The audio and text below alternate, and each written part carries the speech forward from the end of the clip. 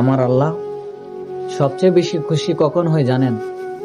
যখন দুনিয়াতে কোনো মানুষ কোনো বিপদে পড়ে, তখন তার বান্দা গিয়ে তাকে উদ্ধার করে, তার বিপদে গিয়ে তার পাশে দাঁড়ায়, তখন আমার আল্লাহ সবচেয়ে বেশি খুশি হয়ে যায়। তখন খুশি হয়ে আল্লাহ তাআলা জিব্রাহিল ফেরেশতাকে বলে, ওহে জিব্রাহিল, তুমি শুনো, আমি এমন একজন বান্দাকে ভালোবাসি এবং তাকে পছন্দ করি, তোমরা সুতরাং তাকে ভালোবাসবে এবং পছন্দ করবে।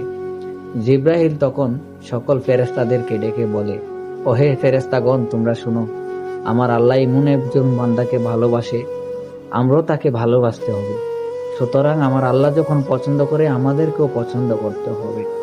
তখন ফেরেশতাগণ মিলে সবাই সেই বান্দাটার বিষয় গুণগান করে। তখন বান্দারা বলে, হে আল্লাহ, তুমি আমাদেরকে রহমত করো।